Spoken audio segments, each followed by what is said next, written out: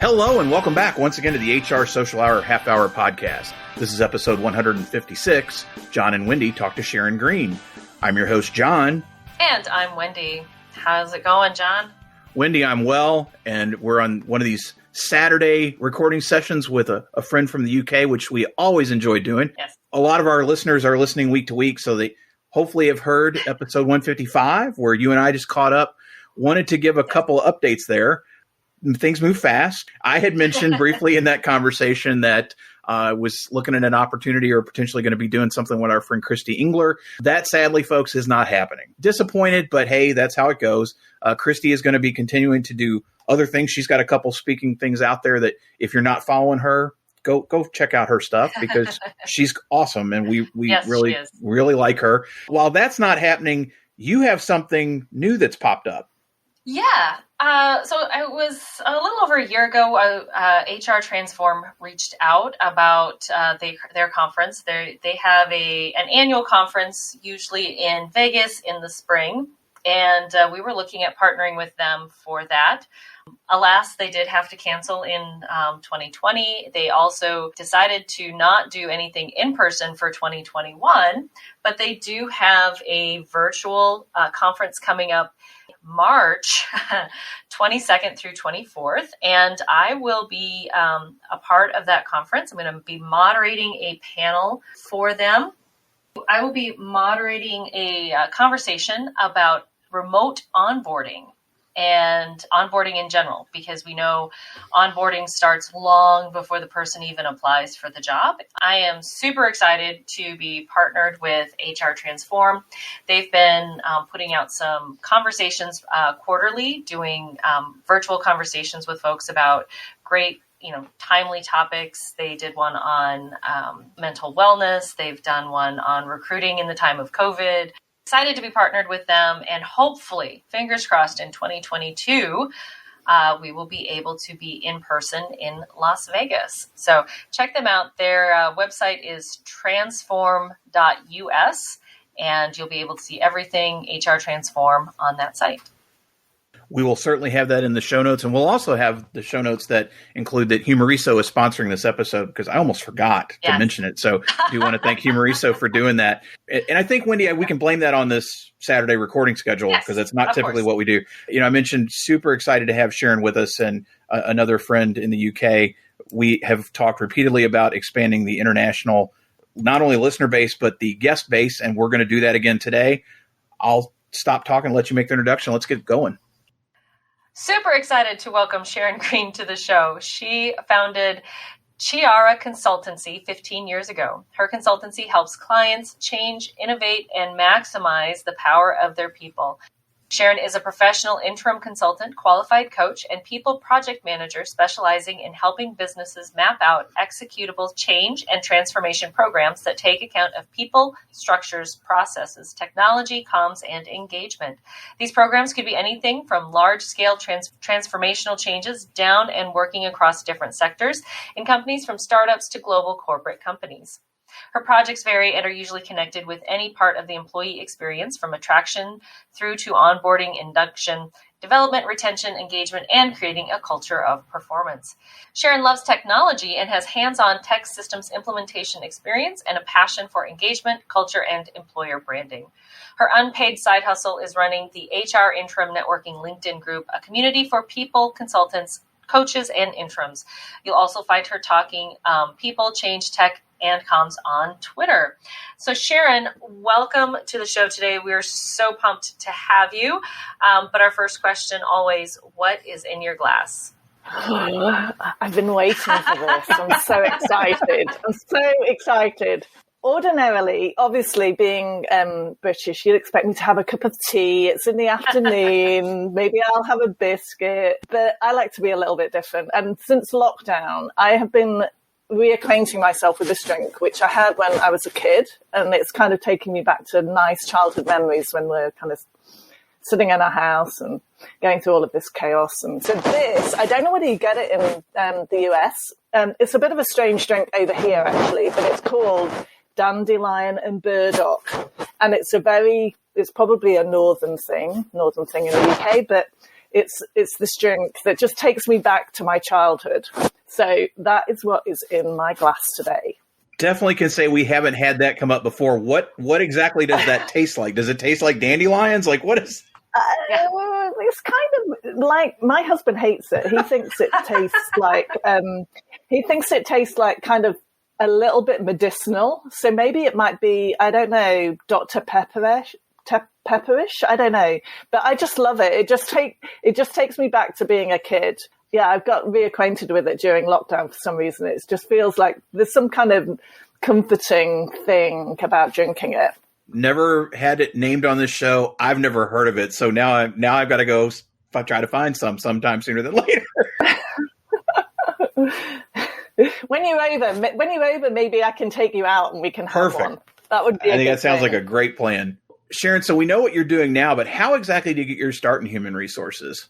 That's kind of an interesting one. So I didn't start in human resources. I started working for the National Health Service over here in the part of the health service called Health Education and Health Promotion, which is really about helping and supporting people to make behavior change in a way that looks after their health. So for me, there's some of the work that I was doing then is kind of like a precursor to, I guess, what you'd call well-being now. So I used to work with workplaces looking at how they could help and support the health and well-being of their workforce.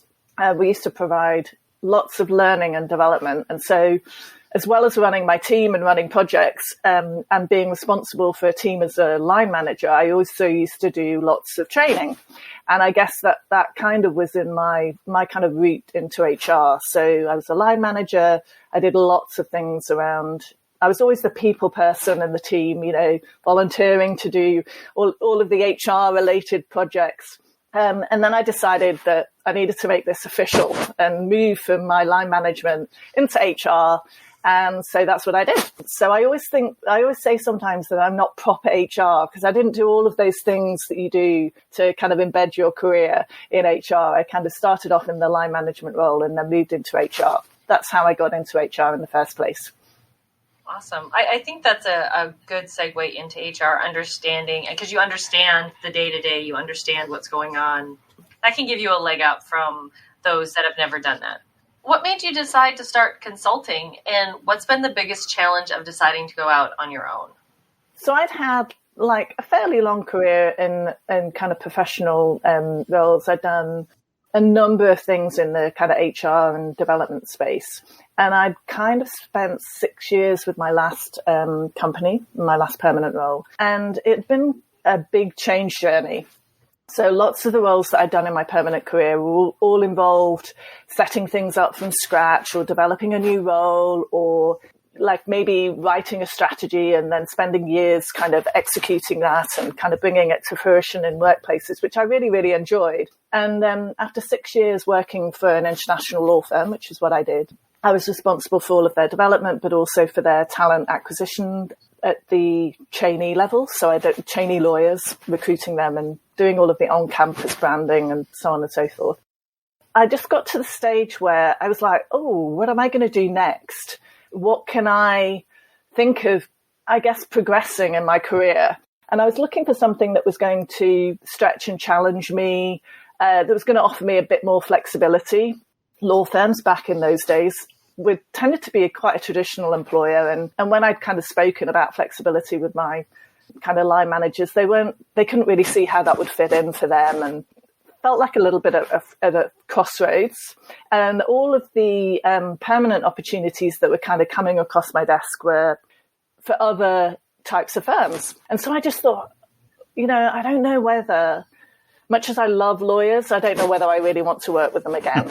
I kind of feel like, I need to branch out. I need to kind of experience what it would be like working for different organizations. And I'd done that in my permanent career. And I just thought if I don't do it now, I might never do it.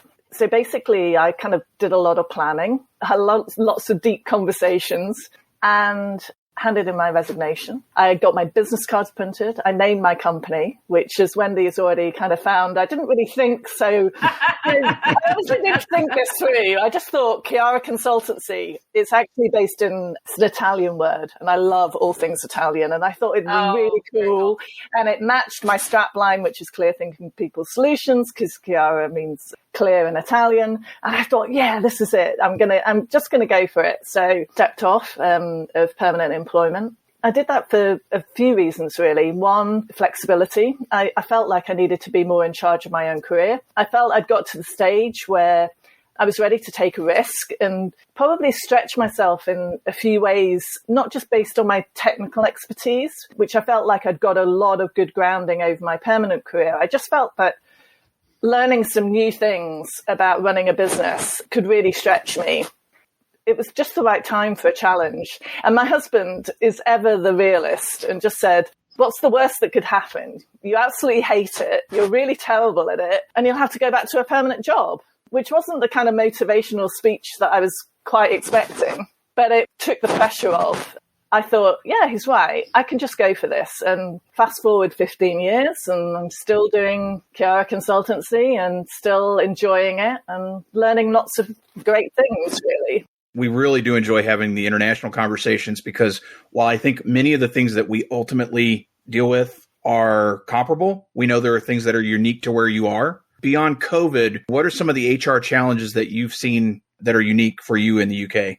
I think this is really tough because I'm not really sure, if I'm honest, if there are things that are completely unique to a UK context. I was kind of scratching my head, if I'm honest, when I was thinking about, like really, there must be things, right? Because I was doing a presentation the other evening just to kick off a session to facilitate, just as a favour to one of my networking community. And it was for a Danish business organisation.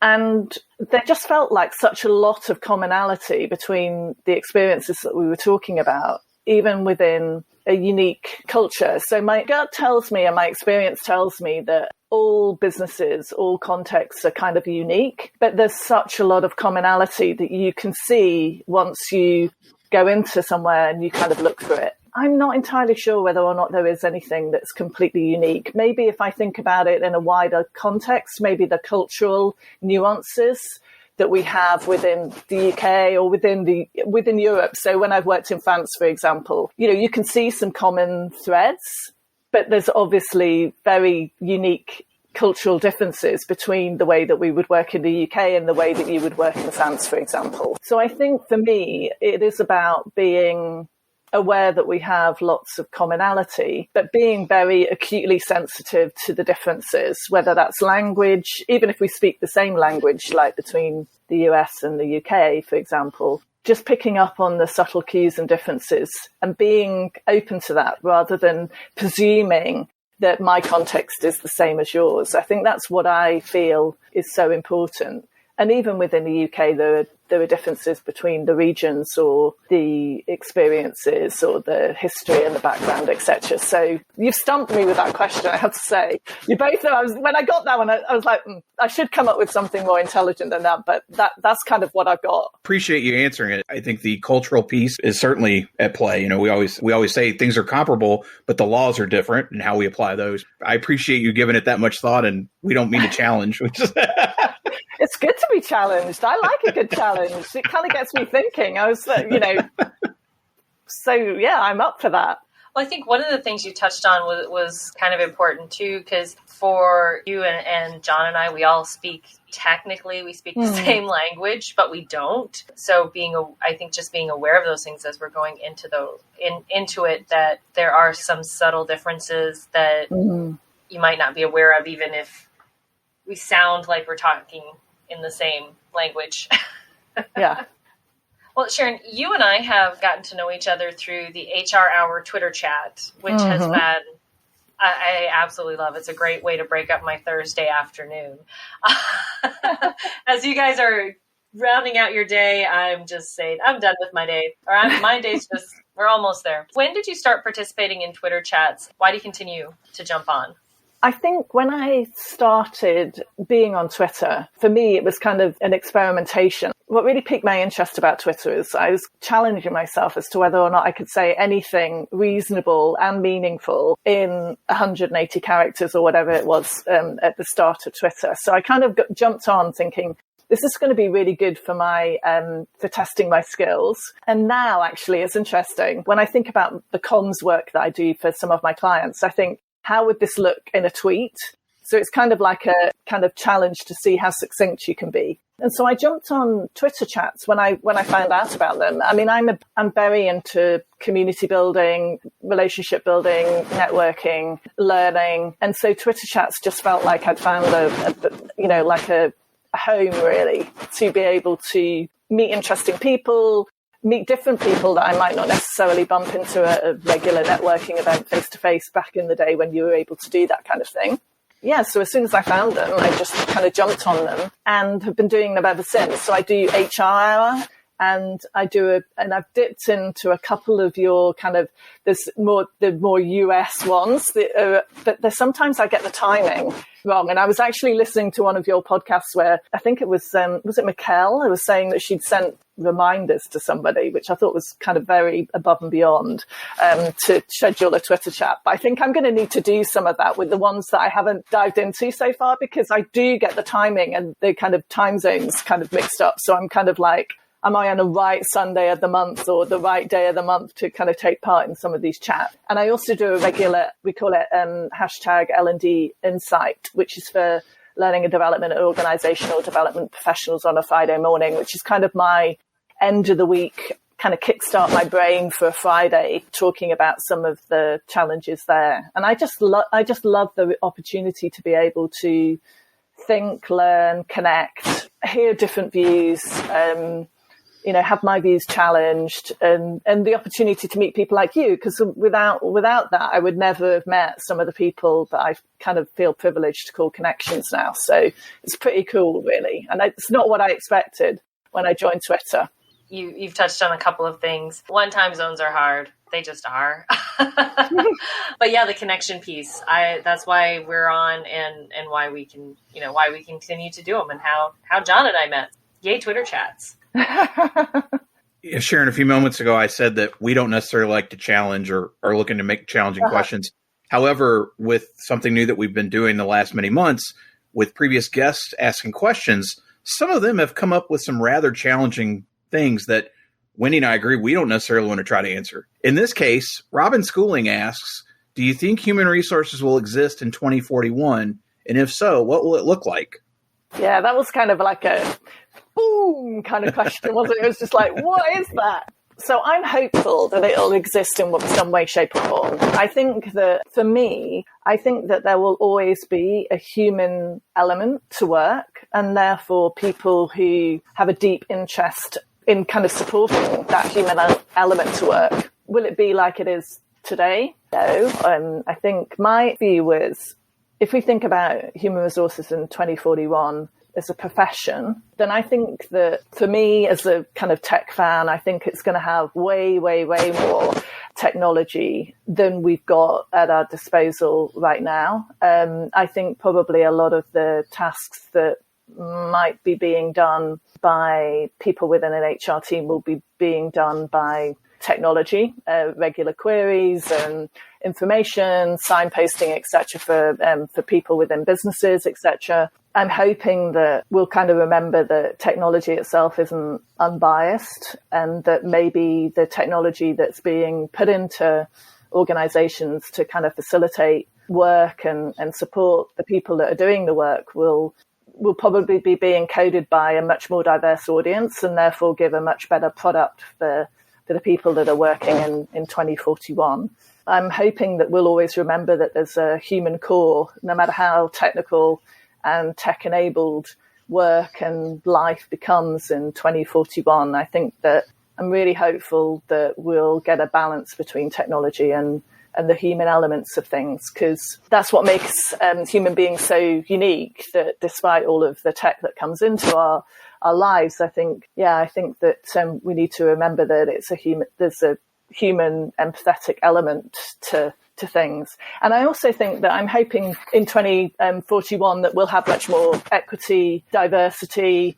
We'll just look around and see a much more representative workforce and professional workforce particularly, and that maybe some of the challenges and the things that are really present and uppermost in our minds now will be things that we'll look back as work that's been done and new challenges to kind of go forward for, I don't know, what Robin wants to think about in 2081 or something like crazy like that. Yeah, so that's kind of, those are the kind of things that I'm hoping that we'll see kind of if we fast forward all those years ahead. Well, with that, we're going to take a quick break and we'll be right back. Humoriso, an award-winning HR outsourcing consultancy, invites businesses of all sizes to its successful strategies to manage talent, recruit for skills gaps based on employee inventories, assess markets for growth, develop long-range succession plans, and influence a culture of enthusiastic buy-in. Through its flagship HRO plan, Humoriso helps businesses save money, increase productivity, and reduce legal risks by providing dedicated HR consulting for training and development, recruitment, HR technology, and strategic engagement. Learn more at www.humoriso.com or call 844-HUMORISO. That's 844-HUMARESO. Thanks again to Humoriso for sponsoring the HR Social Hour Half Hour podcast. Now, back to the show. And we are back. Sharon, it is now time for everyone's favorite part of our show, the half-hour question connection. What career did you dream of having when you were a child? This was easy. I wanted to be, and I think in fact, I kind of feel like I've kind of made it. I wanted to be a backing singer. You know, I don't want to be Beyonce.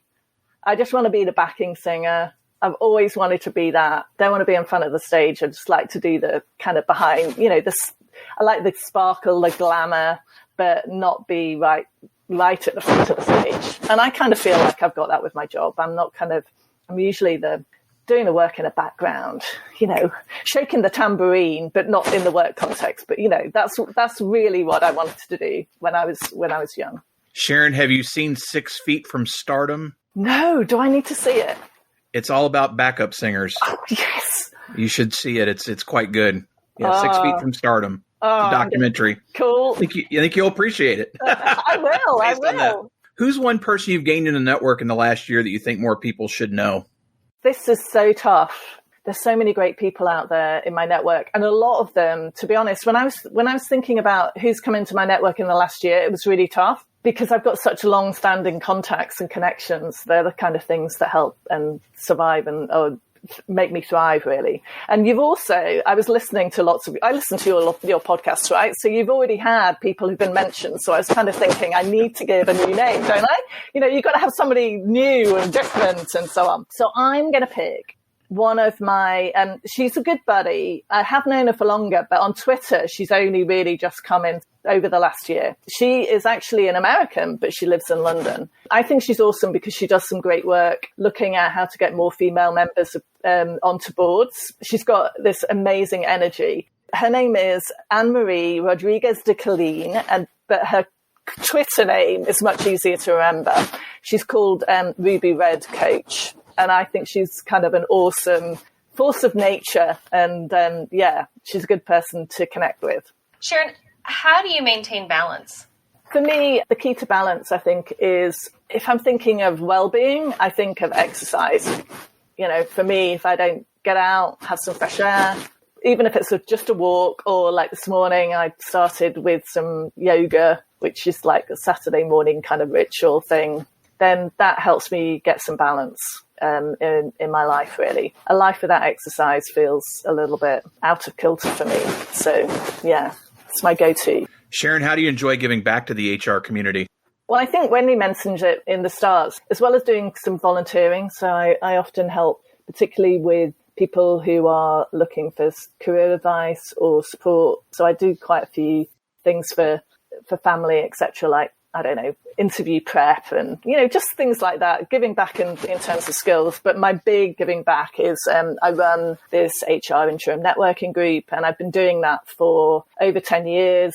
I call it my unpaid passion project side hustle. We've got 1,300 members, mainly UK, Europe, and it's expanding beyond that. So we've got some people in Australia and Asia and India, some in the States and Canada, South America. But it's really for people like me who are working as independent, either coaches, consultants, or interims.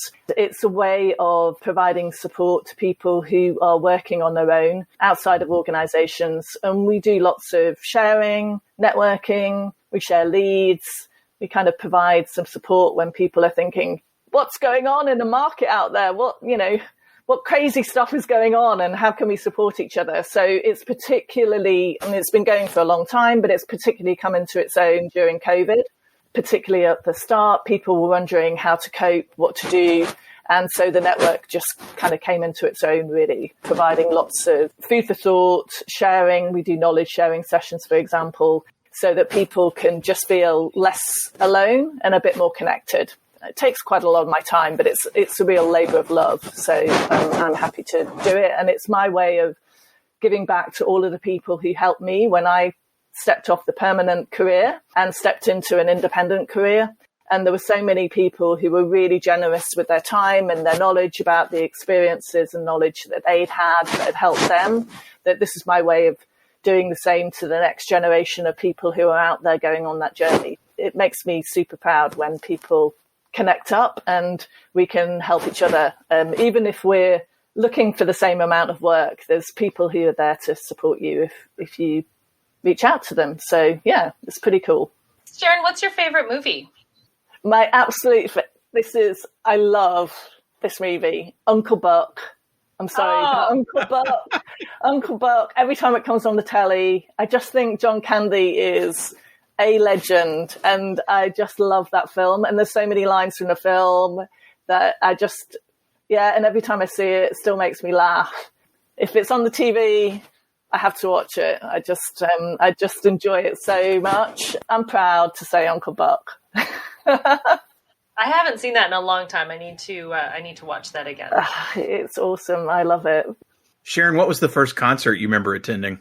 This is hard because I don't, when I was a kid, we lived in a place that didn't really have, it makes me sound like I lived in somewhere kind of like nowhere. It wasn't really on a gig circuit. I think the first one that I can honestly remember is a band called Erasure. So I think, they probably were the first ones I saw. Partly, like I said, we just were, my parents lived in this place that's just off a gig circuit. It was like, who would gig there? So, it was when I left home. That was the first gig that I can remember going to. Comes in handy for 80s pop trivia or, Great band, yeah. Yeah. So it has some upsides. What was the last show you binge watched? So there's two that come to mind. One's like, if I want to be really highbrow, right, I quite like subtitled television. And there was a French subtitled TV program that I really liked, which was called The Disappearance. So that was quite cool. But if I'm going to be like guilty pleasure, then at the minute I'm binge watching Married at First Sight Australia. It's not so highbrow, disparu, I think it's called in French. But I just love it. But I can't watch any other version other than the Australian one. I think it's the surf, the Australian humour, the Sydney Opera House. It's that kind of, it's got to be that. It's got to be that for me. That's awesome. Sharon, what's a hobby or a thing you really like to do that may surprise people? So in ordinary times, obviously everybody has a phone, right? And they love taking photos. I'm not a big selfie kind of photo taker, but I love taking pictures.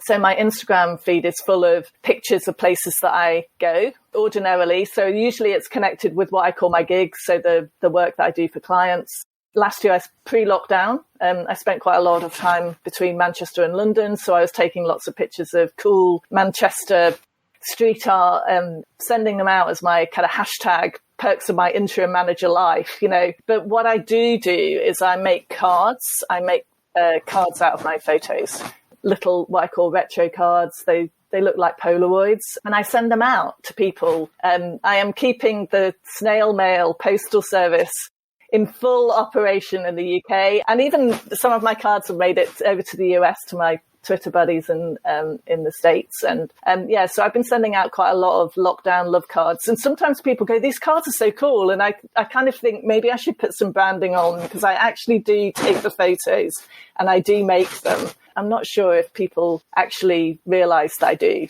But I quite like it. You know, I'm quite a creative person. Sometimes at work, you can't fully do that kind of creative thing all the time. So it's nice to have a hobby that kind of feeds that part of me that is creative. We need to connect you with Emily Endert, who's our friend who makes all her own cards. Oh. And Angela Champ is Pinpalooza. Like she has pen pals everywhere and sends out. I love that. So Angela's in Canada and Emily's actually here in Virginia with me. That's great. Yeah, I love it. I just love sending cards. It's better than getting junk mail or bills through the post. Indeed. Right? Yes. Everybody needs a card. That's what I say. I love it. Well, finally, Sharon, since we're making other people do the work for us now, if you could ask the next guest of the podcast any question, what would it be? Maybe the question that stumped me, maybe I should ask that to the person who is on next, because the question that really stumped me was that whole, the HR challenges that you see that are unique. And I'm wondering, so maybe the question that I'd like to ask is, what do you see as the HR challenge or the people challenge that is unique to maybe your business or your context? Because I'm really curious about that. You know, maybe I've got a blind spot and I'd really like that to be revealed. So, that's going to be my question. Well, as we said, we don't try to come up with difficult things. We like when they're posed. Yeah. This will go on to the next conversation there. But Sharon, again, it's been an absolute pleasure to be able to speak to you. And again, appreciate you taking time. We figured out the time zones. We made it work. So glad to have you as part of our community in the conversation. I know some of our listeners may not be connected with you. Let us know. How do they get in touch? Company website, all that good stuff. How do we reach out there? Well, so as we've already discussed, my Twitter handle is quite hard to say. I'm on Twitter and I'm on Instagram as Sharon G. Chiara. Chiara is spelled Chiara. I'm also on LinkedIn. I think my URL there is the same, Sharon G. Chiara. And my website is chiaraconsultancy.co.uk. I love connecting with people. Twitter, Instagram, LinkedIn. You'll find me there, chatting, connecting, supporting the community, hopefully. We will have that in the show notes. And then, Wendy, how about you? Best way for listeners to find you out there? Best way, as always, on my blog, mydailyjourney.com. Daily is D as in dog, AILEY. And of course, the second and fourth Sunday of each month, you will find me on Twitter, 7 p.m. Eastern Time, as part of our twice monthly Twitter chat. How about you, John? Once again, I want to thank Humoriso for sponsoring this episode and being part of all the conversations this month. And as for me, johnthurman.com for all things John Thurman, and for the show, hrsocialhourpodcast.podbean.com. Listen and share. That's all we ask, and we'll continue to ask. International listeners, you're listening to an international guest. Please get in touch. We'd love to talk to you as well. Sharon, appreciate you being with us for the HR Social Hour Half Hour Podcast. I'm John. And I'm Wendy. And as always, be sure to connect, give back, and network. Take care, everybody. We'll see you soon.